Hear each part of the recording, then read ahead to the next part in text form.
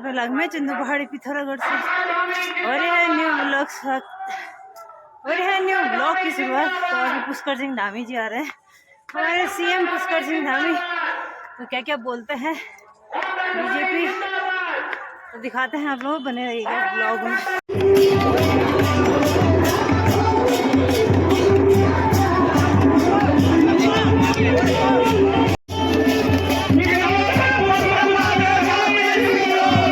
आपका हृदय की गहराइयों से अभिनंदन करते हैं।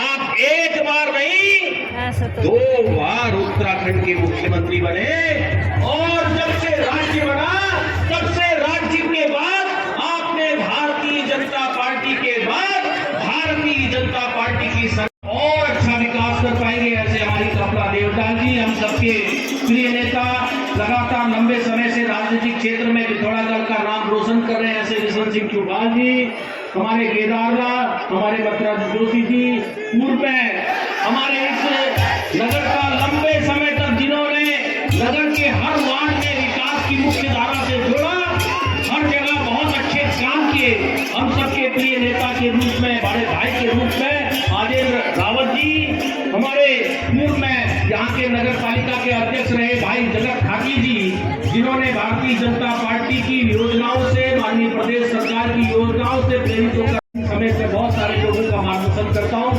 मगर मैं आज इतना ही कहना चाहता हूँ, क्योंकि समय की बहुत कमी है। लोहाघाट, चंपावत और अल्मोड़ा में भी माननीय मुख्यमंत्री जी को आज सभा के कार्यक्रम करने हैं। जो हमारा संसदीय क्षेत्र है, वहाँ तक की रोड की कनेक्टिविटी पिथौरागढ़ वासियों के लिए सबसे बेहतर है। यहाँ बहुत सारे लोग आंदोलन करते थे, बहुत सारे लोग मैं देखता था कि कागज के जहाज बना के उड़ाते थे, और हर बार चुनाव में ये कहते थे कि जहाज कब उड़ेगा। मैं माननीय मुख्यमंत्री जी का बहुत धन्यवाद देना चाहता हूँ। यहाँ से आज देहरादून, यहाँ से दिल्ली, यहाँ से पंतनगर जहाज उड़ नहीं रहा है, लगातार सबको अपना मार्गदर्शन भी दे रहा है। कि आपने उस 400 करोड़ के मेडिकल कॉलेज को 300 करोड़ और देकर के 700 करोड़ में पिथौरागढ़ का मेडिकल कॉलेज बनना है, जो अगले 3 साल के अंदर पिथौरागढ़ के लोगों को यहाँ की स्वास्थ्य की सुविधाएं देगा। हालत हुई है कि बातों को अपनी तरह खींचूं, तो ये तो सच्ची बात है कि भाई हमारे मुख्यमंत्री जी आगे रहने वाले हैं, हमको नई नई सौगातें और मिलने वाली हैं। अभी चिंता मत करो, अब ये चुनाव का माहौल है, मैं कहना नहीं चाहता हूँ, माननीय मुख्यमंत्री जी का मन भी है। सबसे अभिनंदन करते हुए हमारे पुष्कर धामी जी को के नेतृत्व में कल्पना देवला और भारतीय जनता पार्टी को विजय करेंगे। इतनी सी बात करते हुए आप सबका अभिनंदन। बोलिए भारत माता की, बोलिए भारत माता की। दरियाल जी, विक्रम भाटिया जी और रवि बोरा जी को डिहाट में निर्दलीय प्रत्याशी थे, और भारतीय जनता पार्टी के प्रत्याशी, नगर पालिका के प्रत्याशी के समर्थन में अपना नाम वापस लेकर भारतीय जनता पार्टी की सदस्यता ग्रहण की है। आप सभी को भारतीय जनता पार्टी परिवार में शामिल होने पर बहुत बहुत धन्यवाद। इसी क्रम को आगे बढ़ाते हुए हम सब के बीच के एक सैनिक परिवार के, एक साधारण परिवार के, आज इस पिथौरागढ़ की शोभा को, इस पिथौरागढ़ के मान को पूरे उत्तराखंड नहीं पूरे भारत में पिथौरागढ़ का एक नाम, पिथौरागढ़ के रहने वाले लाल ने जो वचनबद्ध केंद्र की सरकार है, उनकी अनेकों योजनाओं के द्वारा हमें प्रदेश के कायाकल्प करने में हमें बहुत मदद मिल रही है, जिसका मैं मुख्यमंत्री जी का धन्यवाद दूंगी। मुख्यमंत्री जी का हमारे जो उन्होंने सड़कों का जाल बिछाकर पिथौरागढ़ के लिए उत्तम कनेक्टिविटी प्रदान की है, उसका हृदय से आभार। ऑल वेदर रोड के लिए टनकपुर से पिथौरागढ़ तक जो हमारा सफर है वो काफी कम समय में पूर्ण हो जाता है, जिसका उन्हें हम धन्यवाद। हमारे कार्यक्रम में जो हमारी योजनाएं हैं हम उन्हें पूर्ण रूप से कर पाए, और इसी के साथ मैं अपनी वाणी को विराम दूंगी। बहुत बहुत धन्यवाद। बहुत बहुत धन्यवाद। हमारी नगर कैसी हो, कल्पना देवला, तुम संघर्ष करो,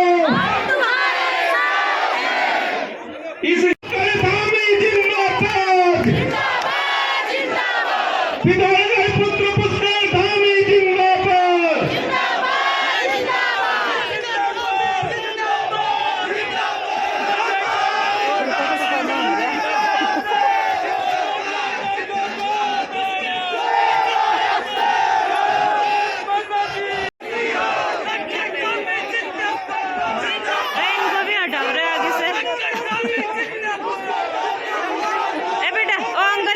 बोलो बोलो तो।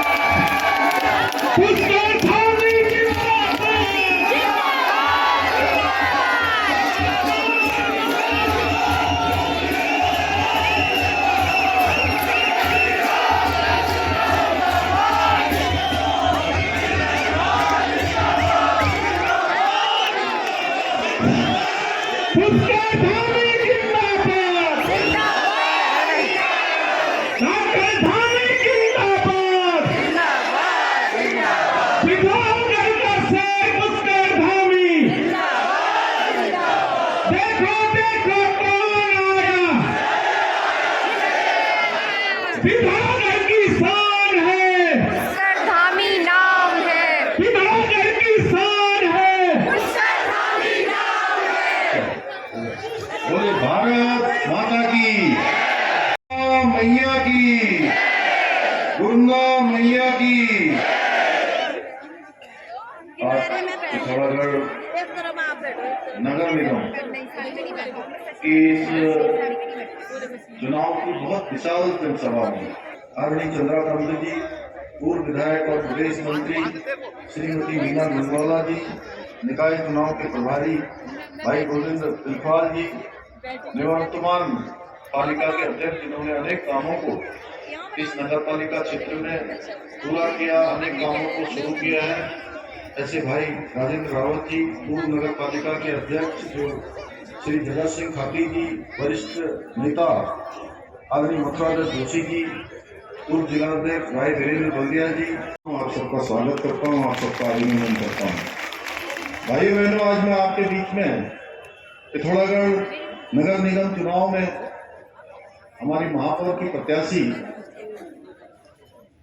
कल्पना देवलाल जी और उनके साथ सभी हमारे वार्ड मेंबरों के लिए जो विभिन्न वार्डों में खड़े हुए हैं, उन सभी के लिए आपका समर्थन मांगने के लिए आया हूं, आपका आशीर्वाद मांगने के लिए आया हूं। और अभी भाई अजय टंटा जी भी बता रहे थे और मैं भी जानता हूं पहले से, कल्पना जी का एक लंबा समय शिक्षा के क्षेत्र में और समाज सेवा के क्षेत्र में रहकर उन्होंने एक लंबा अनुभव भी प्राप्त किया है, लगातार सकित रूप से काम किया है। और मैं देख रहा था कि इन्होंने ये जो अपनी प्राथमिकताएं, उसका एक संकल्प पत्र यहाँ पर इन्होंने जारी किया, बहुत शानदार संकल्प पत्र है। इसमें देखिए, पिंक टुक, यूथ हॉस्टल, धार्मिक तीर्थाटन, मोहल्ला पुस्तकालय, मिनी स्टेडियम और पशु आश्रय केंद्र, कूड़ा मुक्त पिथौरागढ़, ग्रीन सिटी और क्लीन सिटी पिथौरागढ़ बने, एक योजनाबद्ध तरीके से शहर का विकास हो, ऐसी अनेक योजनाएं उनके मन में हैं।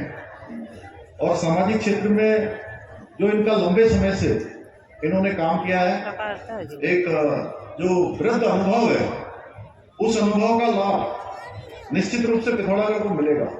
इसीलिए भारतीय जनता पार्टी ने बहुत सोच समझकर और सभी आने वाले समय की चुनौतियां, आने वाले समय का विजन विकास देखकर उनको आप सबके बीच में सेवा करने के लिए प्रत्याशी बनाकर भेजा है। भाइयों बहनों, आप सभी ने 23 जनवरी को कमल के निशान पर अपना अमूल्य वोट देकर बहन कल्पना देवलाल जी को यहाँ से विजय बनाना है, क्योंकि जब देश और प्रदेश के साथ साथ निगमों में भी भाजपा की सरकार होगी तो निश्चित रूप से प्रदेश का विकास होगा, हमारे पिथौरागढ़ का विकास होगा। तेज गति से जो हम योजनाएं यहाँ पिथौरागढ़ में धरातल पर उतारना चाहते हैं, उनमें कोई हमको दिक्कत नहीं आएगी। अन्यथा बहुत बार तालमेल मिलाने में बहुत दिक्कत हो जाती है।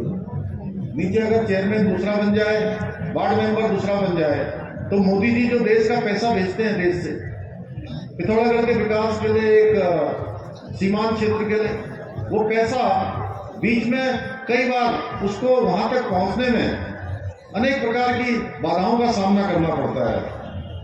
और आप सभी जानते हैं आज पिथौरागढ़ का जो विकास है वो तेजी से आगे बढ़ रहा है, उत्तराखंड का विकास तेजी से बढ़ रहा है।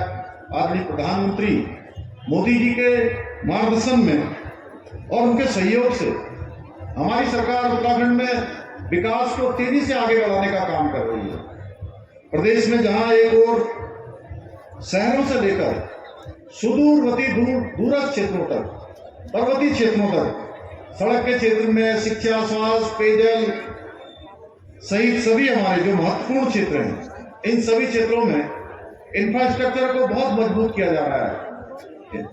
जहां केदारखंड के मंदिरों को बहुत तेजी से आज चार धाम हमारे वहां पूरी तरह से विकसित हो गए, चार धामों में अनेक सुविधाएं बन गई। उसी की तर्ज पर मानस खंड में भी हमारे कुमाऊं क्षेत्र के सारे मंदिरों को उनके पुनरुत्थान के लिए, सौंदर्यीकरण के लिए करोड़ों रुपए की करोड़ों योजनाएं स्वीकृत की जा रही है। आपने देखा पिछले साल हमारे प्रधानमंत्री जी यहीं पिथौरागढ़ आए थे। उससे पहले उन्होंने आदि कैलाश क्षेत्र का भ्रमण किया था। वो पहले देश के प्रधानमंत्री हैं जो आदि कैलाश गए, इतनी ऊंचाई पर जाने वाले पहले प्रधानमंत्री।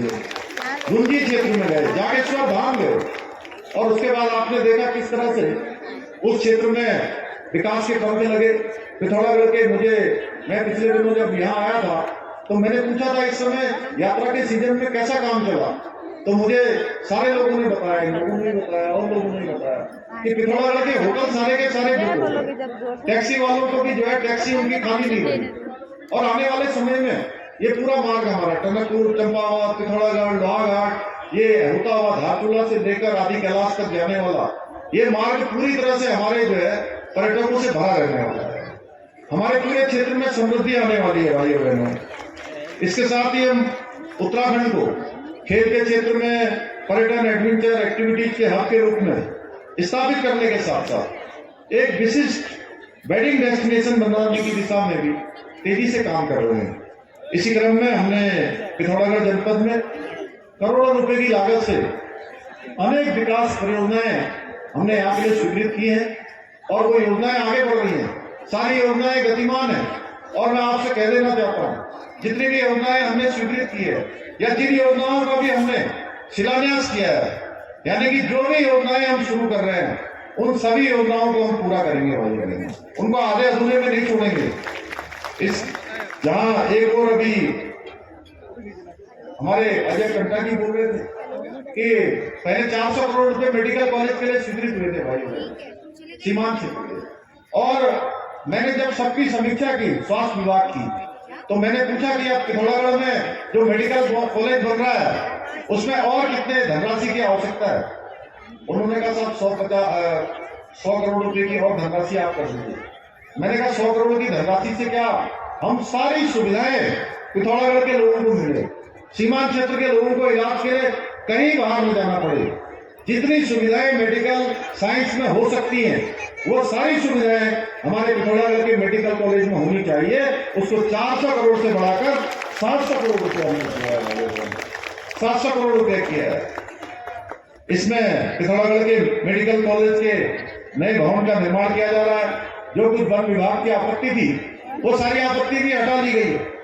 वहीं 43 करोड़ रुपए की लागत से शनि मंदिर, बजेटी और हनुमान मंदिर एवं लक्ष्मी नारायण मंदिर के समीप पार्किंग स्थलों का निर्माण कार्य किया जा रहा है।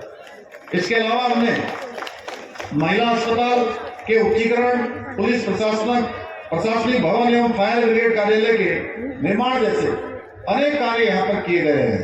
इतना ही नहीं, पिथौरागढ़ के हवाई अड्डे के विकास सहित यहाँ से देहरादून और दिल्ली को जोड़ने जैसा महत्वपूर्ण कार्य भी जो लंबे समय से जिसके लिए आप सब लोग प्रतीक्षारत थे, ये महत्वपूर्ण कार्य भी हमारी सरकार ने प्राथमिकता के आधार पर किया है।